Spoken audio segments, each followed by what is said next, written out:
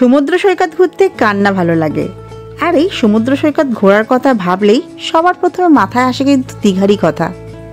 কথায় আছে শীত গ্রীষ্ম বর্ষা, বাঙালির অল্প টাকায় ঘোরার জন্য দীঘাই হলো ভরসা। নিউ দীঘায় জাহাজ বাড়ি থেকে 2 মিনিটের হাঁটা পথে মাত্র 450 টাকায় সুন্দর হোটেলে থাকার সাথে 3 বেলায় জমজমাটি খাওয়া দাওয়া নিয়ে দারুণ প্যাকেজের অফার নিয়ে এসেছে ঈশান গেস্ট হাউস।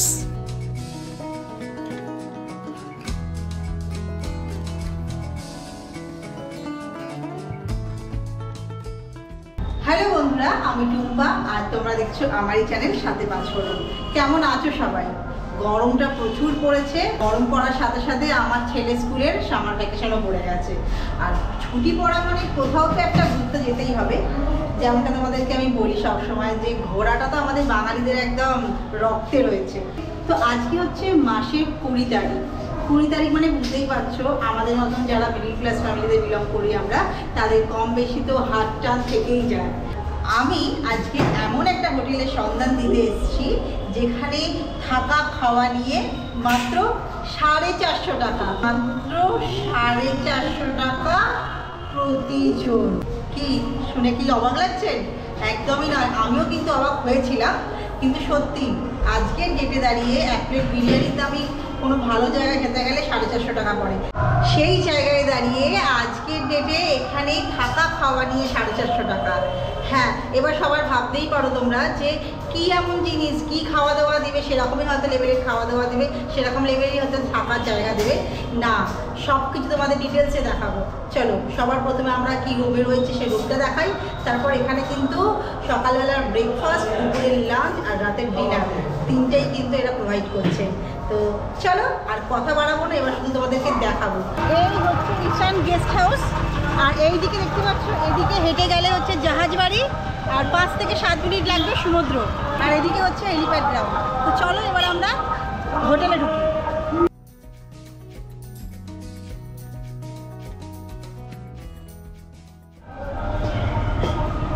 मुझे कुछ कंफर्म नहीं, मैं तुम्हारे होटल में आ जाऊँ।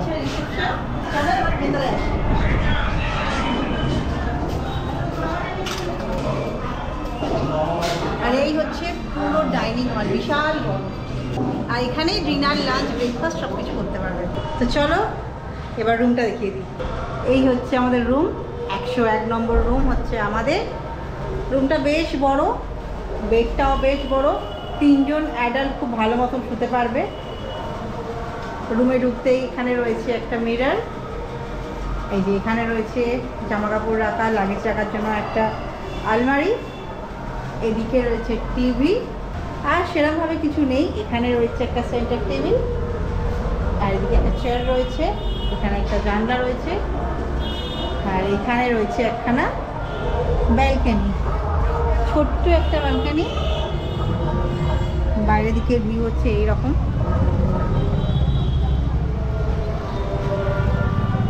এবার চলো তোমাদেরকে বাথরুমটা দেখিয়ে দিই।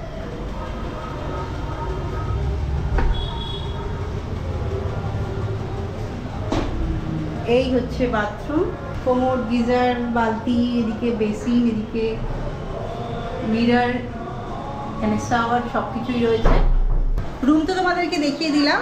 রুমের সাথে সাথে আমরা দীঘাতে সারাদিন কি কি করছি, কোথায় ঘুরতে যাচ্ছি, কি কি খাচ্ছি, সবটাই তোমাদের দেখাবো। সবাই এখন বসে লাঞ্চ করছে।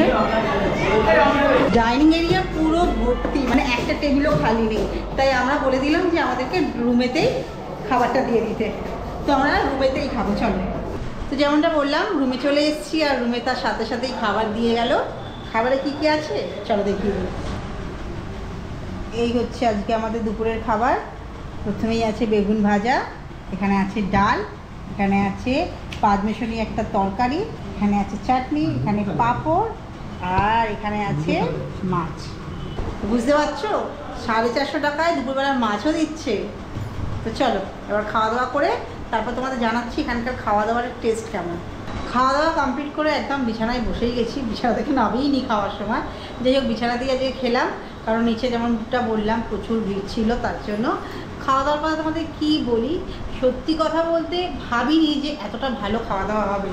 মানে যে পুঁইশাক দিয়ে, মাছের মাথা দিয়ে, সয়াবিন দিয়ে, সব রকমের সবজি দিয়ে একটা সুন্দর পাঁচমেশানি যেই তরকারিটা, সেটা খুবই ভালো ছিল, খুবই টেস্টি ছিল। তার সাথে ডালটা দারুণ লেগেছে, আর বেগুন ভাজা আমার অল টাইম ফেভারিট খাবার, তো সেটাও খুব ভালো ছিল। আর মাছটা ছিল মোটামুটি, মাছ দিয়ে খুব ভালো লাগেনি, কারণ মাছ দিয়ে একটু বেশি হলুদের গন্ধ ছাড়ছিল, তো সেই জন্য মাছটা মোটামুটি। কিন্তু আর বাকি কিন্তু চাটনিটাও খুব ভালো ছিল। মানে 450 টাকায় থাকা প্লাস খাওয়াগুলো যদি এরকম টেস্টি হয় তাহলে তার কিছু লাগেই না। তো ঠিক আছে, আর কিছু এখন বলার নেই, একটু রেস্ট নিয়ে নিই। সকালবেলা সেই ভোরবেলা 4:30টার সময় উঠেছি, সেই থেকে কন্টিনিউ চলছে। তো এবার একটু রেস্ট নিই, পর আবার বিকালবেলা বেরোবো। দুপুরবেলা একটু রেস্ট নিয়ে আবার বেরিয়ে পড়েছি। এখন বাজে বিকাল 5টা, একটুখানি সমুদ্রের ধারে যাব। এখন আমরা সরাসরি যাব ওল্ড দীঘাতে। আমরা উঠে পড়েছি অটোতে করে এখন আমরা যাচ্ছি ওল্ড দীঘাতে। তো অটো ভাড়া লাগছে আমাদের পার হেড 20 টাকা করে। অনেক টোটোকে কিন্তু জিজ্ঞাসা করলাম, সবাই কিন্তু 100 টাকা করে বলছে, পুরো রিজার্ভ করে যেতে হবে। তো আপনারা চাইলে রিজার্ভ করেও যেতে পারেন, আবার একটু ওয়েট করে শেয়ারিংয়েও যেতে পারেন। শেয়ারিংয়ে পার হেড 20 টাকা করে পড়বে।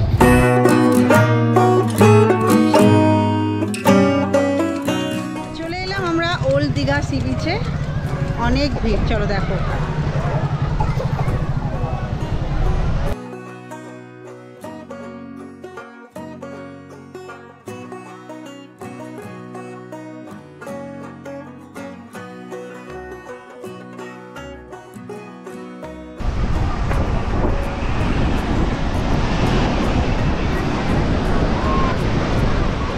ফাইনালি আমরা ওল্ড দীঘা সি বিচে চলে এসেছি।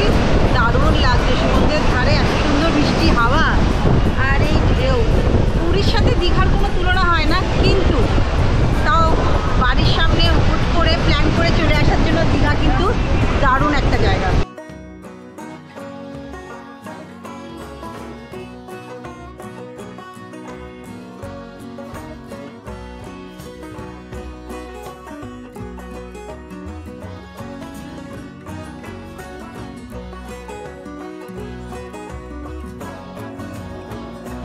প্রচণ্ড গরম পড়েছে, আর গরমের সময় একটু ঠান্ডা ঠান্ডা খাবার খেতে বেশি ভালো লাগে। তো আমরা এখন খাচ্ছি এই যে গোলা, आइस गोला।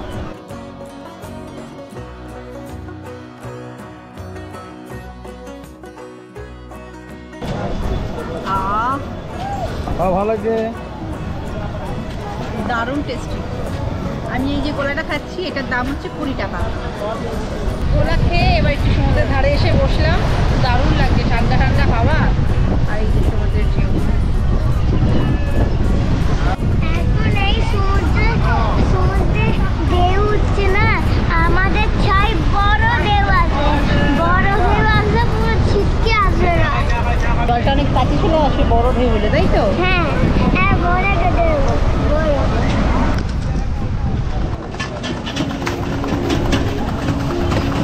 সমুদ্রের ধারে বেশ খানিকটা টাইম বসলাম, বসে পাঁপড় ভাজা খেলাম। এরপর আমরা খাবো পাপড়ি চাট। তো দাদা এখানে পাপড়ি চাট বানাচ্ছে, পাপড়ি চাটটা বানাক, তারপর আবার দেখাচ্ছি। চলে এসছে পাপড়ি চাট। এখানে বড় বড় হ্যালোজিন লাগিয়েছে, আর তার লাইটটা সমুদ্রের মধ্যে পড়ছে, কি দারুণ লাগছে।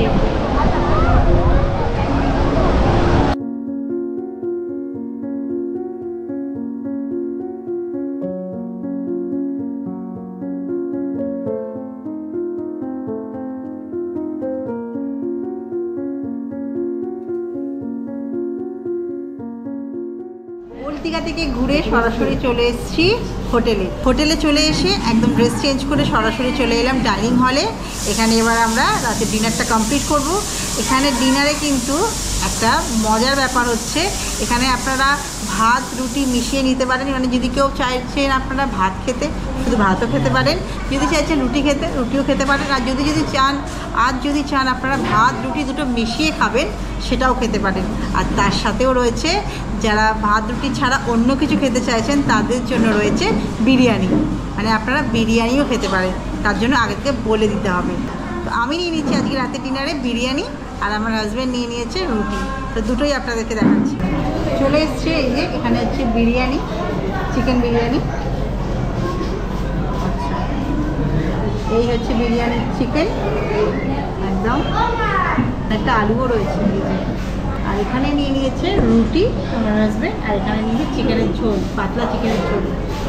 চেহারাটা দেখে দারুণ লাগছে, খেয়ে তারপর তোমাদের জানাচ্ছি কেমন খেতে।